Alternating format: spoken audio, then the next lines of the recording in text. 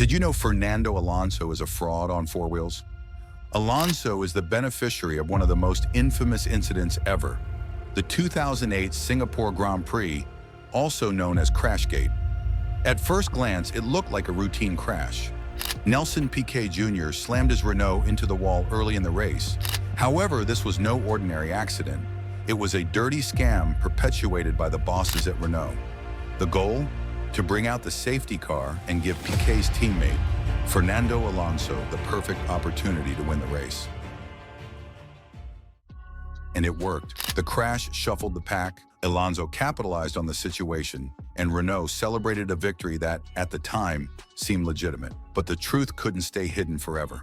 A year later, the scandal broke, and the F1 world was rocked by the revelation that Renault had rigged the race. The fallout was massive. Team principal Flavio Briatore and executive director Pat Simmons were banned, and the sport was left reeling from one of the biggest scandals in its history. Crashgate serves as a stark reminder of just how far some teams are willing to go to secure a win, even if it means crossing the line into outright cheating. Next, we have the 1994 season, a year that was mired in controversy and scandal, with Michael Schumacher and his Benetton team right at the center of it all. This was a season that saw Schumacher dominate the championship, but as his success grew, so did the suspicions surrounding the legality of his car. Benetton was accused of using illegal electronic aids, including traction control and launch control, systems that had been banned by the FIA. These systems would have given Schumacher a significant advantage, particularly during race starts and in maintaining grip on the track. The suspicions weren't just whispers in the paddock, they became a full-blown controversy when the FIA launched an investigation into Benetton's car. However, proving such allegations in the highly secretive world of F1 wasn't straightforward. Despite intense scrutiny, Benetton denied any wrongdoing, and the FIA couldn't definitively prove that illegal systems were being used. But the cloud of suspicion lingered over Schumacher's impressive performances. The tension reached its peak during the final race of the season at the Australian Grand Prix in Adelaide. In one of the most contentious moments in F1 history, Schumacher, who was leading the championship by a single point, collided with his title rival, Damon Hill, in what many believe was a deliberate move to take Hill out of the race. The collision ended Hill's race and handed the championship to Schumacher, but it left a bitter taste in the mouths of many F1 fans and insiders. The 1994 season remains one of the most controversial in the sport's history. While Schumacher emerged as the world champion, the shadow of those unproven allegations and the dramatic finale in Adelaide has left many questioning the legitimacy of his first title. It's a moment that still divides fans to this day, a reminder of how the line between competition and controversy can sometimes blur in the high-stakes world of Formula One. Now let's rewind to the 1982 season and the infamous water-cooled brakes scandal involving Brabham, a moment of technical ingenuity that crossed the line into outright cheating. In the early 1980s, Formula One was a battleground, not just for drivers, but for engineers, pushing the boundaries of what was possible within the regulations. And Brabham, under the leadership of Gordon Murray, was at the forefront of this innovation. That season, they introduced a clever but controversial tactic that would give them an edge over the competition. The rules at the time mandated a minimum weight for the cars at the end of the race. Brabham exploited a loophole by filling the brake ducts with water at the start of the race.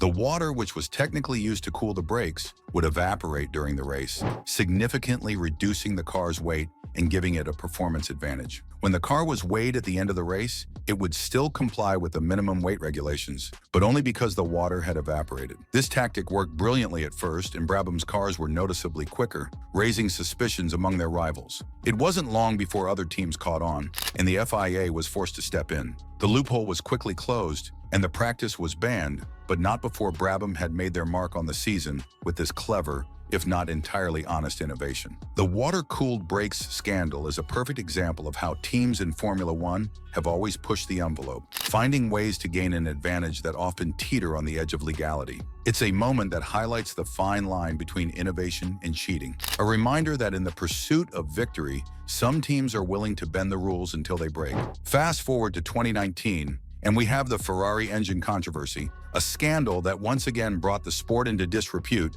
and left many questioning the integrity of Formula One's regulations. Throughout the 2019 season, Ferrari's power unit was the talk of the paddock. The team had a significant speed advantage, particularly on the straights, which led to whispers and suspicions from rival teams. How had Ferrari managed to find so much extra power? Was there something more to their engine than met the eye? These questions loomed large as Ferrari continued to dominate certain aspects of the races, particularly in qualifying. As the season progressed, the suspicions grew louder, and eventually the FIA was forced to take action. An investigation was launched into Ferrari's engine, focusing on whether the team had found a way to bypass the fuel flow regulations, a strict set of rules designed to limit the amount of fuel that can be used by the engine. If Ferrari had found a loophole, it would explain their sudden and dramatic increase in power. But this is where the controversy deepened. After the investigation, the FIA announced that they had reached a confidential settlement with Ferrari. No details were made public, and no penalties were officially announced. This decision left many in the paddock frustrated and angry. Teams like Mercedes and Red Bull demanded transparency, arguing that Ferrari had potentially gained an unfair advantage, but the FIA remained tight-lipped. The secretive nature of the settlement only fueled speculation. Did Ferrari cheat? Were they given a pass due to their stature and influence in the sport? These questions remain unanswered, and the entire affair cast a shadow over Ferrari's 2019 season. The controversy didn't just end there. It sparked debates about fairness and transparency in Formula One, with many feeling that the FIA's handling of the situation undermined the integrity of the sport. The Ferrari engine saga is a modern example of how, even today, the boundaries of legality in Formula One are constantly being tested. It's a moment that continues to spark debate among fans and insiders, reminding us that in the world of F1, controversies are never far away, especially when the stakes are so high. Finally, let's go back to the 1981 season, where the infamous FISA-FOCA war reached its climax during the Spanish Grand Prix, a moment that highlighted the deep divisions within the sport and led to one of the most controversial races in F1 history. The early 1980s were a turbulent time for Formula One, as the sport was caught in a bitter power struggle between FISA, the governing body led by Jean-Marie Balestre, and FOCA, the Constructors Association spearheaded by Bernie Ecclestone. This conflict wasn't just about racing. It was a battle for control over the future of the sport, with both sides vying for dominance. The tension boiled over at the Spanish Grand Prix in Jarama. FOCA-aligned teams were accused of running underweight cars, vehicles that were below the minimum weight limit, giving them a significant performance advantage. This wasn't just a minor infraction. It was seen as a blatant attempt to bend the rules in their favor, sparking outrage from the FISA camp. Despite this, the race went ahead, and when the checkered flag fell, the FOCA teams had dominated the event. But the controversy didn't end there. After the race, the cars were found to be in breach of the weight regulations, but instead of disqualifying the results immediately, the race stewards allowed the results to stand, at least temporarily. This decision was seen by many as a political move, an attempt to avoid escalating the already tense situation between FISA and FOCA. However, the FIA intervened months later, overturning the race results and disqualifying the FOCA cars. This retroactive decision only added fuel to the fire, deepening the rift between the two factions and leading to further clashes both on and off the track. The incident became a symbol of the power struggle that was tearing the sport apart, with the integrity of Formula One caught in the crossfire. The Spanish Grand Prix of 1981 is remembered not just for the controversy on the track, but for the wider battle that it represented. It was a moment where the politics of the sport overshadowed the racing itself, reminding everyone that Formula One is as much about what happens behind the scenes as it is about what happens on the circuit. This event marked a turning point in the history of F1, leading to changes that would shape the sport for years to come. This moment is a powerful example of how deeply intertwined politics and racing can be in Formula One. It's a moment that's worth revisiting, not just for the controversy, but for the lasting impact it had on the sport's governance and the way F1 is run today. These moments are a stark reminder that Formula One isn't just about speed and skill, it's also a game of strategy, where sometimes that strategy crosses the line into outright cheating.